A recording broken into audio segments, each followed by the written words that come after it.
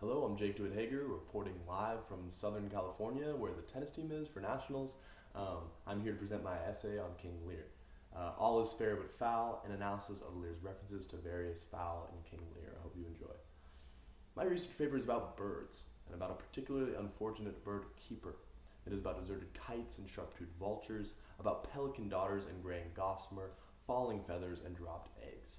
Yes, this essay finds its roots in a precarious observation that I unearthed through frequent readings of King Lear, the consistent recurring motif of foul throughout the play, or as I've come to define it, the play's persistent qualifications, associations, and references to bird-like imagery. This observation, through a combination of secondary sources and further analysis, quickly developed into what I believe exists as an understated thematic motif in King Lear. Choosing to focus on Lear specifically and his own unique and aggressive evocation of this motif, I argue that Shakespeare's foul motif layers Lear's fatherhood with poignant metaphoric and allegorical trauma. The convoluted foul treasure hunt that King Lear leads us on, from his foul degradations at the beginning of the play to Goneril and Regan, to penultimate fate of tender Bazyne, a self-embodied songbird in the cage beside his daughter, reveals underlying emotional traumas that plague their father-daughter relationship with disaccord, and ultimately begins to question and complicate the morality of Lear as a father figure. For some quick background behind where this analysis comes from, I mentioned in my essay that I continue a vein of discussion raised by Shakespeare critic Laurie Shannon in her essay Poor Bear Fort. Shannon argues here that each animal reference in King Lear, of which there are many, is not only significant in its comparison to the play's human characters, which is the standard reading, but in and of itself, so when Edgar calls like Edmund a toad-spotted traitor in Act 3, we not only should view the comparison as a casual insult, but take a prolonged look into the possible implications of what a toad might actually infer. For another example, Shannon identifies the dogs and wolves in the play as a poignant facsimile for the rash and crass actions of the play's male characters. Foul, or the plays to draw attention to bird-like imagery, is my zoological example of a possible underlying significance. Before I begin to analyze what exactly the significance is, I will attempt to contextualize the motif within a broader critical discussion of the play's animal references. Readers or an audience such as you guys may be wondering why any of the play's animal references are significant, let alone a flock of birds or a carry-on of crows. Now, many secondary sources cite the significance of the play's animal references, and while these are various discourses, basically it boils down into two camps. One, that Shakespeare's writing this play on the boom of zoologic and biologic discovery. Bacon publishes The Advancement of Learning in 1605, which is an extension on Pliny the Elder's Natural Historia earlier, and this Englishman, Edward Topsell, publishes a really popular The History of Four-Footed Beasts in 1607. Therefore, it is no coincidence, critics argue, that King Lear's contains as many animal references as it does. The second reason why animal references themselves are particular in general, and possibly thematically significant. Critic Julie Kane, in her piece Welcome to Baco, identifies 171 different animal references in the play, including 98 different animal comparisons. Shannon shares similar bewilderment as she says, Lear's catalog of animal references astonishes. It includes dragons, monsters, brutish villains, goatish dispositions, mongrels, cures, coxcombs, apish manners, hedge sparrows, cuckoos, asses, horses, and so forth. Now, this still doesn't answer the question why some may be thematically significant. You could still argue that because there are so many different ones, and because they are, excluded as liberally as often as they are, that they aren't significant. But both Shannon and Kane, who I just referenced earlier, allude to a pecking order, terrible pun, of these references. You can deal. So certain references call for more significant speculation than others.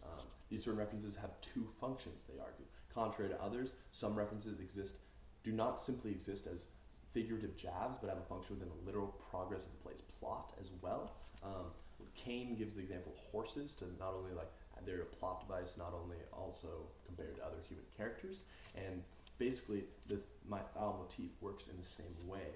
So while the king's insults in the beginning use crass, figurative, foul references to slander and humiliate certain characters, the foul motif exists in plot detail as well. Gloucester's eyes are said to be plucked out of his skull. King Lear and Cordelia sing in their jail cells as literal songbirds, and as Edgar leads a blind Gloucester on a walk about the white cliffs, he warns him of falling off without gossamer or feather and crashing on the ground like an egg.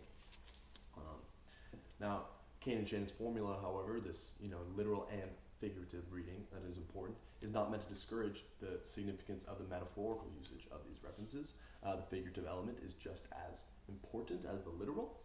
It is vital, I would argue, to understand the comparisons between the play's animal references and their human counterpart in order to comprehend the full function of the play's fowl motif, where King Lear repetitively likens his daughters to winged beasts. That said, criticism in response to animal-human comparison often identifies Lear's polar bear forked speech in Act 3 as a hallmark instance where Shakespeare speaks to this dualism. Is man no more than this? Consider him well. Unaccommodated man is no more but such a poor bare forked animal as thou art. Off, you lendings, come unbutton here, King Lear says in Act 3, naked in the storm. In short, critics argue that Lear's speech is both a testament to animal strength and an expression of human frailty. Now, this is hotly contested. Many critics argue that this is the entire play's ecological expose. I argue that it's just an expression of what Lear is saying. I think that simplifies things a little bit, but it also, for my argument, since I'm focusing on Lear, makes sense. This doesn't make it any easier, however, because many ironies are started up, and that's where my analysis begins. So that's where question raised from blatant irony number 1 comes from. If Lear triumphs the strength of animals over his frail, unaccommodated body, why does he administer the comparisons as scathing insults and harsh criticisms? Sure, this isn't the only way he evokes his motif. It's not only through criticisms, as we discussed. But the progression of these insults is ironic, too.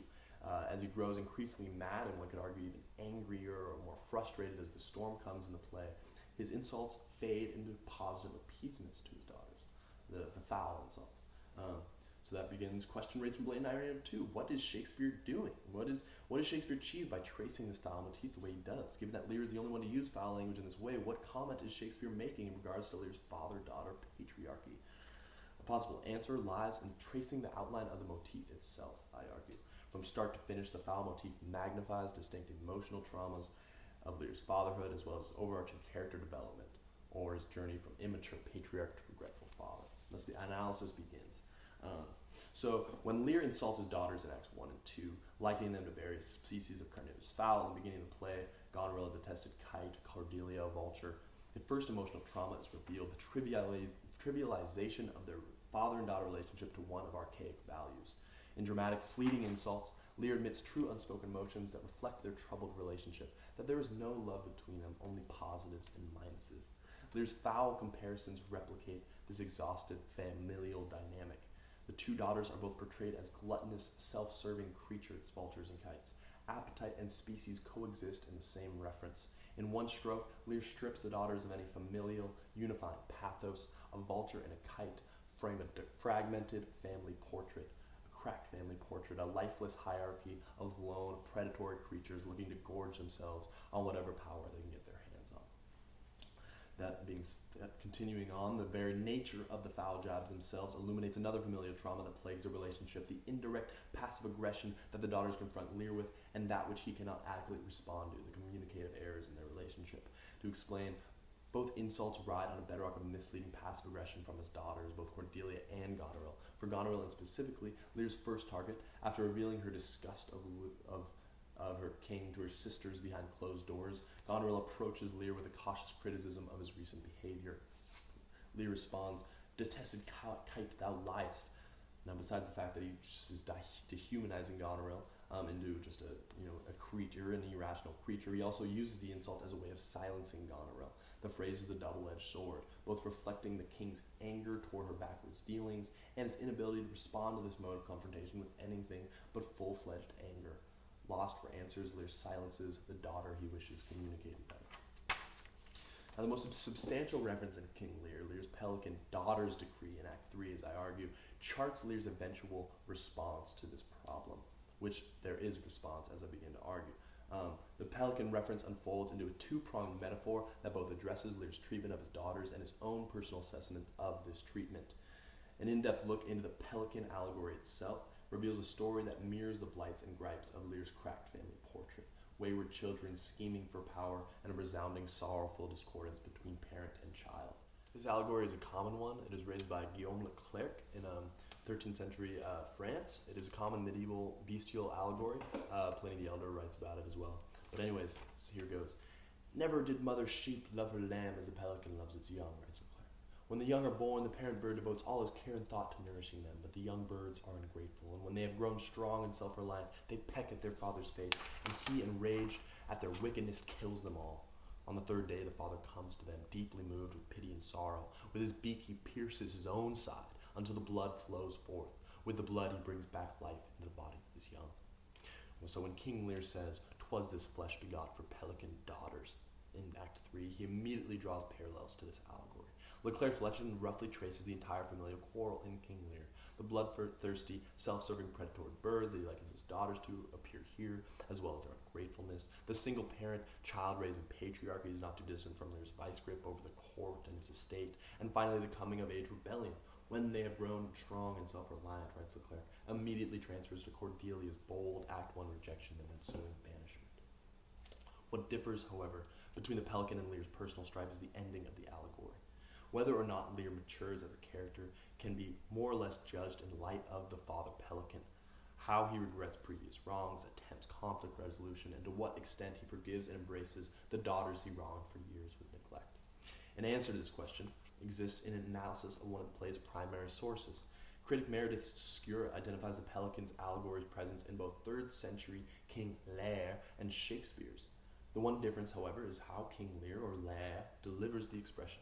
As Skura writes, the old king sees himself as a pelican that willingly kills itself to save her young ones' lives. For Lear, the daughters are pelican vultures who have eaten poor Tom's flesh away. In other words, Shakespeare's Lear flips the old allegory on its head, reversing the context, using the pelicans to blame his daughters of selfish insurrection rather than promoting his own dedicated and responsible fatherhood. I would argue that this distortion does not rid Shakespeare's play of its portrayal, instead it enhances it.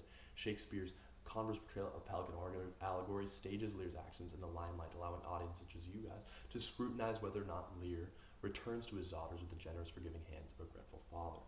So how do we do this? How do we scrutinize what he does? We follow the motif further.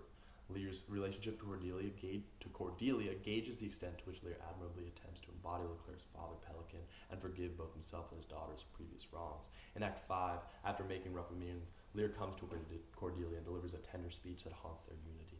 No, come, let's away to prison. We two alone will sing like birds in the cage. When thou dost ask me blessing, I'll kneel down and ask for thee forgiveness. So we'll live and pray and sing and tell old tales and laugh at gilded butterflies. Now, I mentioned earlier how this complicates Lear's morality, and a lot of it determines how much sympathy you have towards Lear in this passage. One can read this sympathetically with disdain. One can see this as a beautiful symbol of unity. But one could also see the ultimate reality of the situation, that they are both in a jail cell, that it is too little too late, that Lear is fake, that he is, just coming to her for just, sympathy, So on the same sorrowful note, the foul motif concludes in tragedy. Cordelia's body, soft in the hands of tearful Lear, is likened to a father. In a lasting image of tragic demise, Lear denounces the men of stones who have killed his daughter and who are watching him dead silent as he grieves for the loss of his child. Cast into a fit of denial, he sees movement in her corpse. The feather stirs, she lives. If it be, it is a chance which does redeem all sorrows that ever I felt. But she does not stir. He imagines all of it just as he imagined her as a vulture 3 acts ago, as a pelican daughter, as a fellow songbird in the cage beside his daughter. In many ways, much of what audiences witness throughout King Lear is an extension of his maddening resolve, the storm, the disorienting sense of time and place, the play's violent end. The consistent references that Lear makes throughout the play to foul work in the same manner, tracing the tragic outline of a parenthood gone wrong and the extent to which he tries to make amends. It only makes sense, therefore, that Lear capstones what he sees with one touch of foul metaphor, a solemn trace of the birds he raised and mistreated.